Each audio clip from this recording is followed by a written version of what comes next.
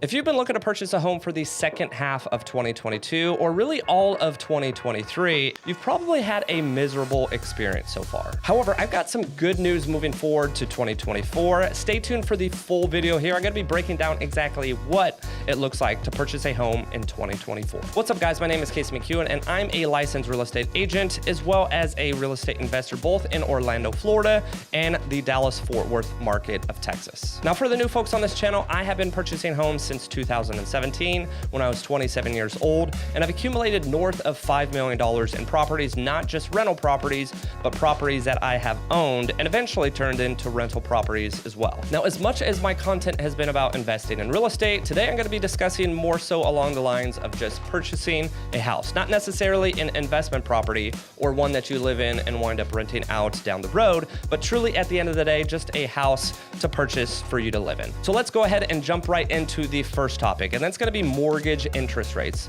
The reason why I'm going to be discussing this first and foremost is the fact that that's really been the reason why a lot of people haven't purchased, as I mentioned before, for the second half of 2022 and all of 2023, is mortgage rates have been just too freaking high. Now, I certainly have experience in this, having refinanced in the middle of 2023. I'm actually paying on a $1 million loan about $6,300 a month in interest. But if you're looking to purchase in 2024, a refinance may not make sense in the future because rates, as we see them, are going to continue to fall for the majority, we all hope, of 2024. Included with potential rate cuts from the Fed and the hope that home prices just stabilize rather than continue to increase means that a lot more potential people have the option to likely purchase in 2024. Now, the first thing that I often discuss with people when it comes to purchasing a house is gonna be your down payment options.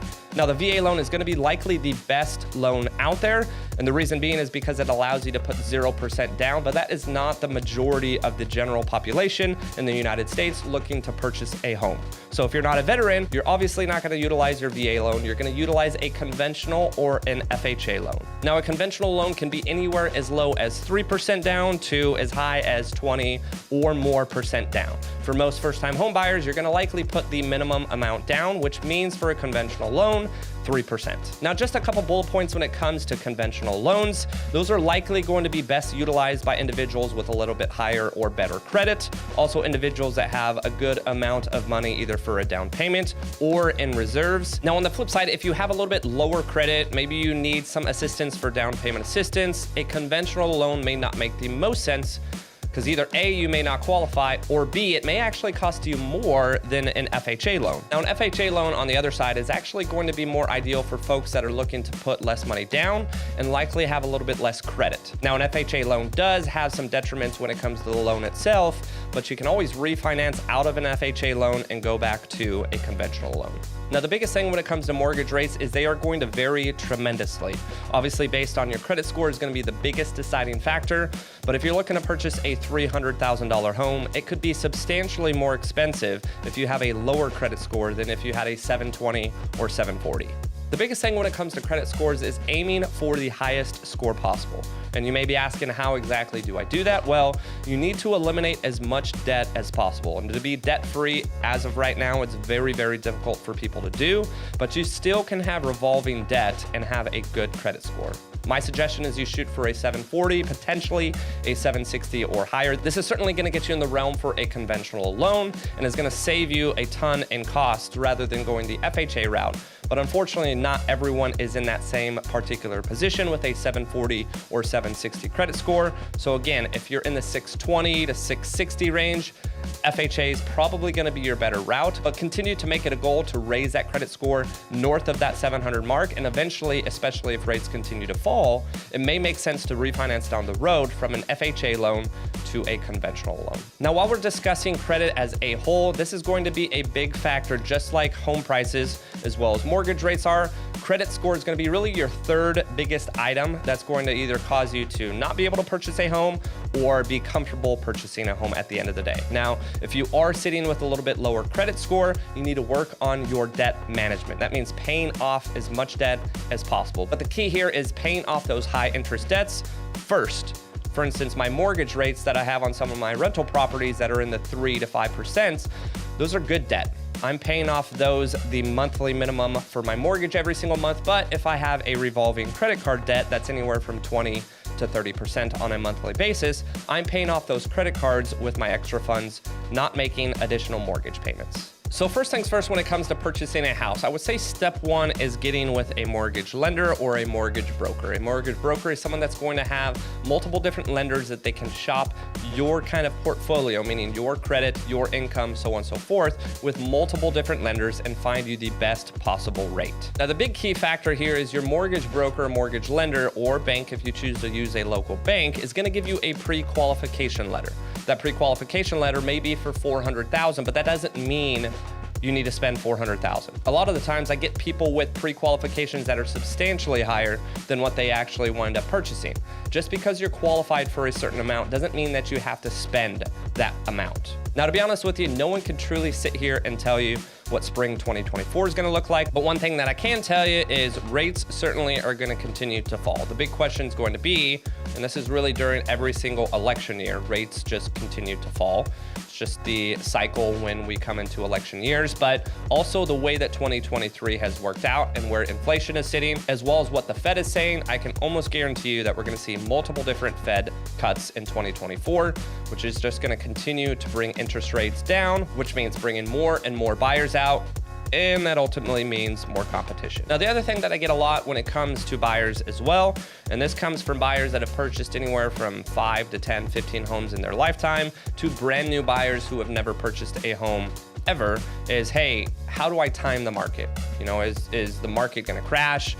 I can tell you, if you're looking to hold a home for anywhere from 3 to 5 years, it makes the most sense to purchase when you're ready to purchase. Don't try to purchase with the intent of, hey, I know I'm gonna be leaving this city or this state in the next 12 months, so I'm gonna purchase and hopefully make some money in 12 months. You're likely not going to.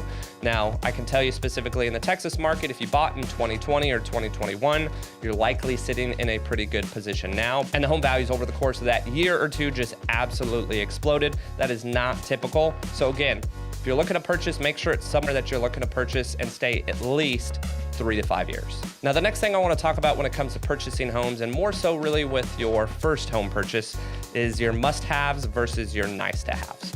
You want to make sure that you have a list of priorities when it comes to purchasing a house, whether it be the city, the location, the size, the bedrooms, bathrooms, so on and so forth. Make sure that you have a list of must-haves, and make sure that when you purchase a home, if it makes sense given your budget, that all of your must-haves are checked off, but also have a list of nice-to-have, meaning items that aren't necessarily gonna keep you from purchasing it, but it would be nice to have. Because at the end of the day, if you find a house that has not just all your must-haves, but also your nice-to-haves, it's likely gonna be either A, at the top of your budget, or likely outside of your budget, making you house poor. And to piggyback off your must-haves and nice-to-haves, make sure that you certainly have deal breakers. Now, if you're working with a real estate agent, and a good one at that, I'll get to this in a little bit later, your real estate agent shouldn't be pushing you into a deal. Meaning if there's something wrong with the particular house, townhome, condo that you're looking at, go find another one, or wait a little bit longer and find the one that makes sense for you. Don't feel like you should be pressured into purchasing a house that has some deal breakers that you just essentially let slide. So while I'm talking about realtors, I'm obviously a realtor myself.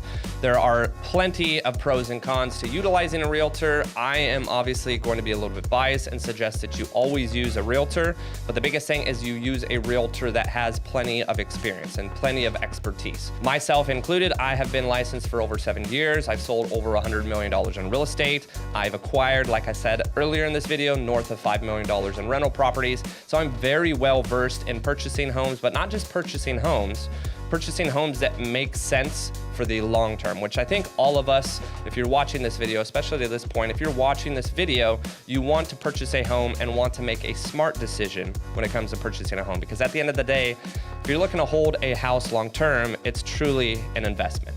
My role when I work with clients as a real estate agent is not just to provide experience and expertise, but also to make sure that that client is making a smart financial decision. But even above and beyond that, a lot of my clients wind up turning into friends and being a very long-lasting relationship, someone that I'm looking to help long-term, rather than just, again, as I mentioned before, looking to collect a quick commission check and never speak to you again.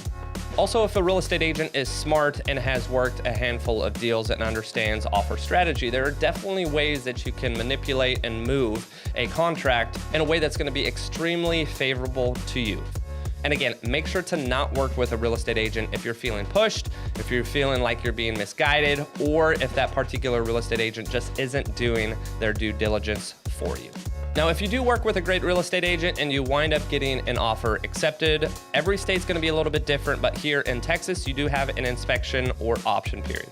That option period is gonna allow you to get the property inspected.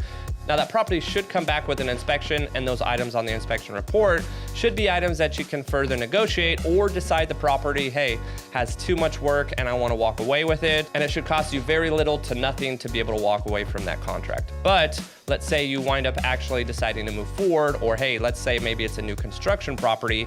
New construction property should address every single item on the inspection report. Then you move forward towards more of your loan contingencies, meaning an appraisal to make sure that the value of the house is actually equivalent to what you're going to be taking out for a loan. And then you work towards closing. Generally speaking, I would assume anywhere from 1 to 3% is roughly going to be what your closing costs are. This is in particular to Texas and the DFW area or Dallas-Fort Worth area that I operate in. Every single market and state could vary tremendously, but that's roughly what I suggest buyers be prepared for here in the Dallas-Fort Worth area. So for example, on a $300,000 house, if you're utilizing a conventional loan, 3% down, you're looking at about $9,000 needed for a down payment, and anywhere from $3,000 to $9,000 in closing costs, again, at the top end of 3% down, in order to close on the property. At the end of the day, when it comes to purchasing a home in 2024, make sure you're purchasing a home for at least a 3 to 5 year term period.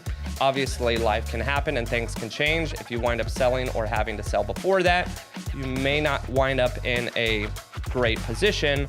But on the flip side, if you wind up holding a property long-term, it can become a huge asset for your portfolio. Now, if you are looking to purchase a home in 2024, make sure to leave a comment in the comment section down below, or reach out to me on Instagram or my email in the description below. Thanks again for watching, guys. Make sure to like and subscribe. It really does help, and stay tuned for the next video.